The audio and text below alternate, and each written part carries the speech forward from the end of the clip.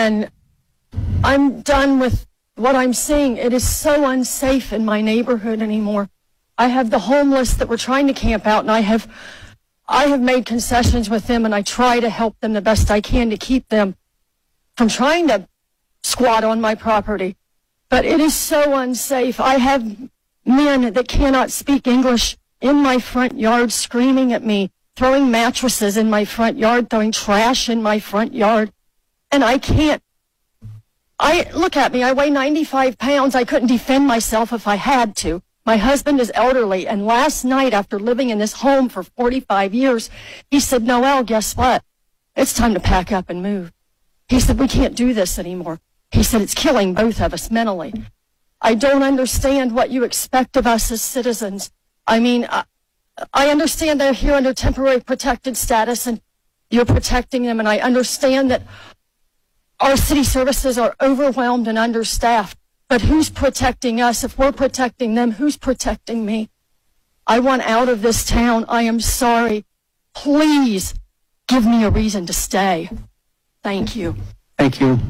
Other residents are talking about how they simply do not recognize the city that they live in anymore. I was out and about yesterday, driving around Springfield. I was looking at the giant holes in some of our buildings. I noticed all of the old familiar spots bearing new signs in an unfamiliar language.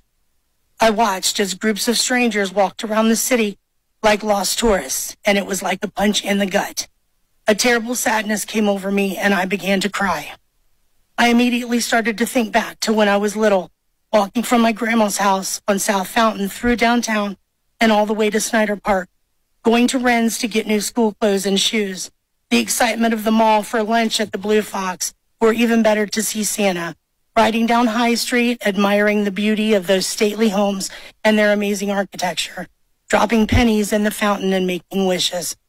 And now, all those warm memories are becoming fuel to the fire of anger inside of me. I feel like we have been invaded by some sort of pest. I'm angry that my friends and family are packing up and moving away.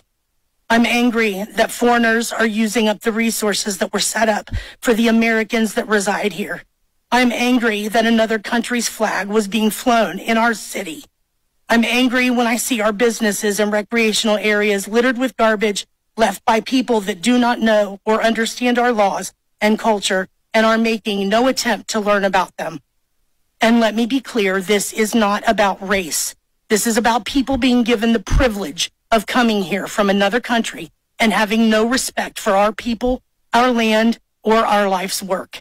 People living their life here the way they did in Haiti, angry, stealing, polluting, living in filth, and acting like animals. These are not civilized people. Opening containers in our grocery stores, helping themselves to what's inside and throwing the rest onto the shelves and floors. Pulling off of the highway to publicly clean and gut the roadkill lying there in front of anyone that passes by.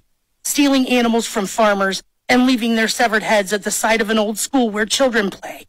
Relieving themselves in public, making some barbaric stew out of the birds that live in our park. This is insanity, and it has to stop. What will become of Springfield? Where will we be in 5 years? The thought terrifies me. Will it be some sort of dystopian wasteland with most of our original residents having moved away and those that cannot afford to move being locked inside their homes, living in fear? This thought is keeping me awake at night. I just want the old Springfield back.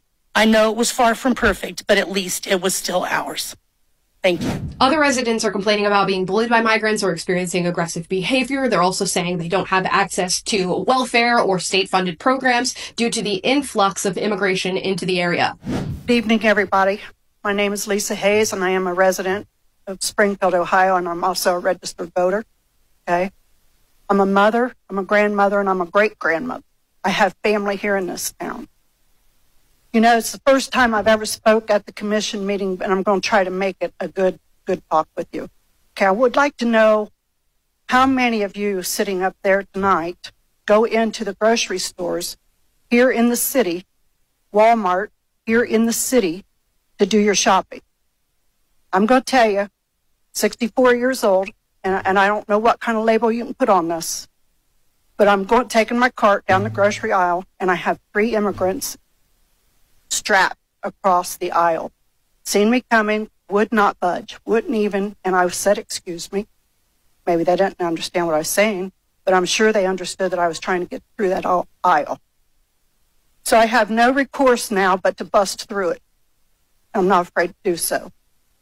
You know, I would like to see them have some common respect, some common decency. And who do the residents of Springfield, Ohio, and Americans at large have to thank for these changes that we're experiencing in this country, these unwelcome changes that we're experiencing? The Biden administration, as they've allowed millions of people to just be funneled through our southern border. Here's Kamala Harris actually cheering on the fact that she's granted TPS, temporary protective status, to hundreds of thousands of Haitian migrants.